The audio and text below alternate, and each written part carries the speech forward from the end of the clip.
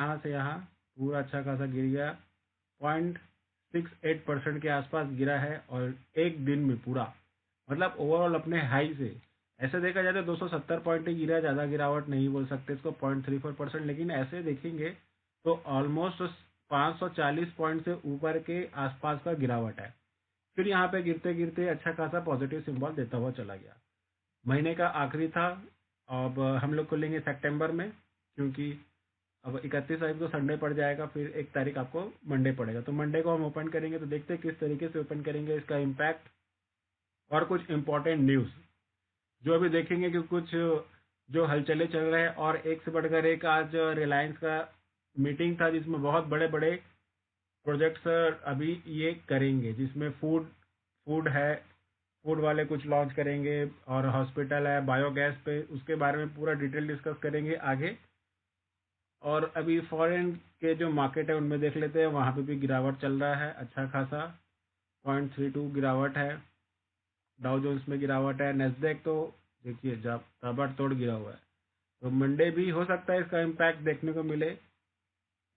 1% से ऊपर का गिरावट है, तो मंडे हो सकता है हम गिरावट पे ही ओपनिंग हो। कंसोलिडेशन, अब ये देखना होगा कि इन 2 दिनों के बीच में कल और परसों में क्या न्यूज़ निकल के आता है, जिससे मार्केट को थोड़ा बहुत जो हैमर पड़ने वाला है वो ना पड़े। ग्लोबल मार्केट तो देख रहे हो किस तरीके से गिरा है, ये तो देखिए यहाँ पे तो इतना गिरा था, अभी इसमें भी अच्छी खासी पिटाई हुई है, 0.8% गिरा हुआ है, लेकिन अभी यहाँ से ये देखिए रिकवर कर लिया है 0.27, मतलब ओवरऑल 0.52 का गिरावट देखने को मिल रहा है इसमें। तो कुछ इंपॉर्टेंट अपडेट्स वगैरह है जो देख लेते हैं, जो हो सकता है मंडे इन सब में मार्केट का बहुत ज़्यादा इम्पैक्ट पड़ने वाला है। सबसे पहला है, यहाँ पे देखिए एफ आई ने माल बेचा है 46,000 करोड़ का, ओवरऑल 994,000 करोड़ का माल खरीदा डी आई ने। आज की बिकवाली तो जबरदस्त था, पूरे महीने में इतना नहीं माल बेचा नहीं किया था जितना एक दिन में माल पटक दिया, 8,312 करोड़। इतना माल क्यों बेचा गया उसके बारे में भी देखा जाएगा। ये कंसेक्यूटिव सेकंड महीना है जिसमें इतना बड़ा माल बेचा गया, इससे पहले वाले महीने में भी ऑलमोस्ट 40,000 के करोड़ के ऊपर का माल बेचा गया था, देख लेते हैं 47,000 करोड़ का माल बेचा गया था, तो इसी के आसपास अभी भी बिकवाली है। ठीक है, देखते हैं किस तरीके से जाता है। इंडिया की जीडीपी ग्रोथ देखिए 5 क्वार्टर हाई है, 7.8%, मतलब ये सभी जितने भी कयास लगाए जा रहे थे पूरे के पूरे को छोड़ते हुए 7.8 का जबरदस्त ग्रोथ दिखा दिया है, तो इसका इम्पैक्ट हो सकता है मंडे आपको देखने को मिले, डेफिनेटली देखने को मिलेगा, क्योंकि जितने भी एस्टिमेशन किए गए थे उन सबको बीट कर दिया, तो मार्केट तो थोड़ा बहुत अप्रिशिएट करेगा। नेक्स्ट है हाई एंड कार, जियोमी प्लिच 18% GST, centre favour to retaining the consolidation rate, मतलब जो छूट वगैरह जो बात चल रहा है वो रहेगा और 18% के आसपास लाया जाएगा। नेक्स्ट है रुपीज, देखिए 88 मार्क कर गया, मैंने बोला ना हम कारण देखेंगे कि कितना गिरावट क्यों था, इसके कारण था जब रुपया 88 रुपये पहुंच गया तो माल तो बेचा ही जाएगा। आज कुछ ज़्यादा गिरावट था रुपया में, इसलिए बहुत ज़्यादा गिरावट देखने को मिला है, और माल इसलिए एफ आई ने दबा के बेचा। जो मेन कारण था वो ये था कि एफ आई ने माल क्यों बेचा, क्योंकि रुपया ऑलरेडी लो हाई में चला गया है, तो बेचेंगे ही बेचेंगे। अगर आपको $8 का 88 मिलेगा तो आप भी बेचोगे, इसलिए आज दबा के माल बेचा गया और दबा के सेलिंग हुआ एफ आई के द्वारा। नेक्स्ट है जापान इन्वेस्ट करेगा 10 trillion yen over next 10 year.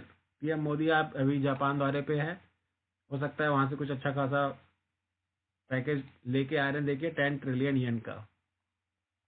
Next है सीईए अनंता नागेश्वरन, ये जो है हमारे आर्थिक सलाहकार सचिव है, ये बोल रहे हैं कि टैरिफ का जो असर है वो शॉर्ट टर्म में रहेगा, क्योंकि इसका कुछ ना कुछ आउटपुट हमको जरूर मिल सकता है अभी शानदार तरीके से। इसमें सबसे बड़ा जो चीज़ है वो जीएसटी रिफॉर्म का है, स्ट्रेंथ कंजप्शन मिलेगा, क्योंकि अगर दाम कम होंगे तो सारे खरीदने पे आ जाएंगे, तो जिससे मार्केट पे पैसे का फ्लो होगा, तो जो अर्थव्यवस्था जो थोड़ी बहुत जिसके बारे में बात किया जा रहा था तो उसको थोड़ा बहुत बूस्ट मिल सकता है। इसलिए इस पे बहुत ज़्यादा फोकस्ड है कि किस तरीके से जाता है और किस किस पे छूट मिलता है और किस किस पे ज़्यादा टैक्स बढ़ता है, क्योंकि कल हमने देखा कि प्रीमियम बाइक्स में 40% प्लस 3 का सेंस का जीएसटी लग रहा है, तो इधर जो कम करेगा उसको कहीं ना कहीं से तो वसूलेगा वो, तो तैयार रहिएगा कि अच्छे खासे चीज़ों में तो और बढ़ेगा। 40% का स्लैब है, मतलब समझ जाओ बाबा। 10% का राहत देके सीधा 12% का प्रॉफिट लिया जा रहा है। नेक्स्ट है देखिए, चाइना रिएक्ट सीक्रेट डिप्लोमेसी। गुप्त तरीके से एक राजनीतिक तरीके से इसमें बातचीत हो रहा है, और कुछ अच्छा खासा चीज़ निकल के आ जाएगा, क्योंकि ये भी तो हमारा पड़ोसी है। हो सकता है ये थोड़ा बहुत सपोर्ट कर दे तो अच्छा खासा देखने को मिल सकता है। नेक्स्ट है, सीआई अप्रूव करेगा अडानी ग्रुप का प्रपोजल टू एक्वायर जय प्रकाश एसोसिएट को। फाइनली अडानी को एक और कंपनी मिलता हुआ। ये तो सभी को खरीदते जा रहा है। अभी बीच में और कुछ कुछ सीमेंट कंपनी को खरीदा था, ये भी एक सीमेंट कंपनी है, इसको भी खरीद लिया। अब एक तरीके से ये सीमेंट में इसका मोनोपोली होने ही वाला है कुछ दिनों में। तो इसको जो भी अपना काम करेगा तो अपने हिसाब से सीमेंट बना के लगाएगा उसमें, और क्या है। मतलब एक आदमी के पास इतना पावर अभी जाते जा रहा है, मतलब एक मोनोपोली पूरा हो जाएगा कुछ दिनों के बाद। अडानी और अंबानी, अभी देखिएगा अंबानी जो जो क्या क्या लॉन्च करने वाला है उसके बारे में भी देखेंगे, क्योंकि आज एजीएम मीटिंग था तो बहुत सारे अनाउंसमेंट किए गए हैं। नेक्स्ट है, ट्रंप के भारत पर टैरिफ लगने से उल्टा असर पड़ सकता है, जिससे दिल्ली चीन की ओर बढ़ सकता है, अमेरिकी विशेषज्ञ डेनियल ब्लॉक। अब ये तो होना ही है, क्योंकि एक तरीके से देखिए रशिया भी सपोर्ट कर रहा है इंडिया को, और चाइना और रशिया तो ऐसा नहीं है कि एक दूसरे से अच्छा खासा सबका जमता है। बस इंडिया का चाइना से नहीं जमता है, क्योंकि जो बीच में इंसिडेंट हुआ था उसके कारण। बाकी अगर देखा जाए तो अगर ये तीन कंट्री मिल जाए तो ओवरऑल देश का जो पॉपुलेशन है उसका 30 से 40% के बीच में तो हमारे पास ही है। बाकी तो थोड़े बहुत ही है एक तरीके से देखा जाए।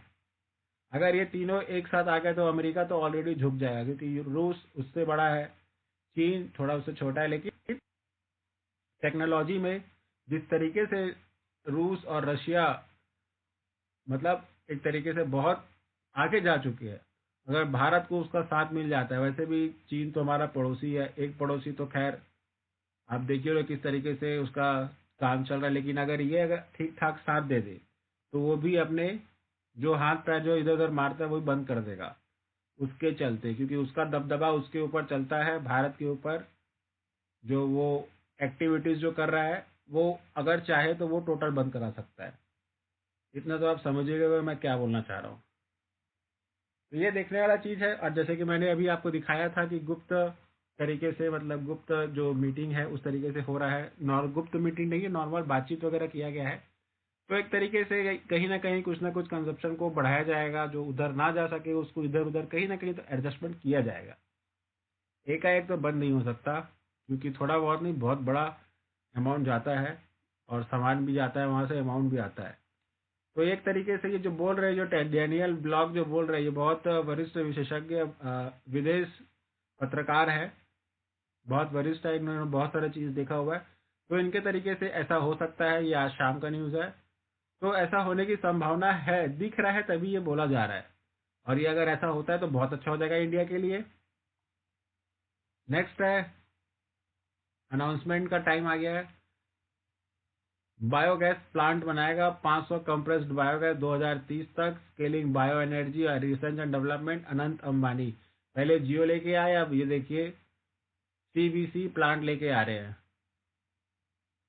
Compressed biogas plant. एक तरीके से देखिए इनके पास रिफाइनरीज है, अब बायोगैस भी लेके आ रहे हैं। उसके साथ ही साथ अब यहाँ पे देख लो आप, एक चीज और आ रहा है, Reliance invest 4,000 crore to food park, खाने पीने का भी ले आ रहे हैं। एशिया लार्जेस्ट एफएमसीजी अब बना रहे हैं, अब इनके पास तो पैसा कोई कमी नहीं है, जो चाहे वो कर सकते हैं। AI drive sustainable technology securing the logistic cost leadership, Isha Ambani. अब ये ईशा अंबानी कर रहे हैं, वो अनंत अंबानी का है। एक और देखिए यहाँ पे बचा हुआ एक और, ये तो हो गया बच्चे लोग का। अब ये मम्मी का आ गया। रिलायंस फाउंडेशन बिल्डिंग है 2000 bed medical city in Mumbai, Nita Ambani. अब मेडिकल में भी बनाया जा रहा है, मेडिकल में भी घुसने की तैयारी कर चुके हैं लोग। The medical city will also the house of nature future generation health care professional, Reliance foundation chairperson Nita Ambani has said. जैसे कि मैंने बताया बहुत बड़े बड़े अनाउंसमेंट थे, उनमें से एक ये भी है, 2000 बेड का मेडिकल बेड सिटी में बनाया जा रहा है। उसके बाद फूड मार्केट, फिर बायोगैस प्लांट, और बहुत सारी चीजें कर रहे हैं लोग, और आगे भी करते रहेंगे, क्योंकि बिजनेस लगातार कहीं ना कहीं इधर उधर करते जा रहे हैं। तो ये कुछ इन्फॉर्मेशन था आज मार्केट में। वीडियो अच्छा लगा तो वीडियो को लाइक शेयर सब्सक्राइब जरूर करना। There is no recommendation to buy the stock, this video education purpose. Thanks for watching.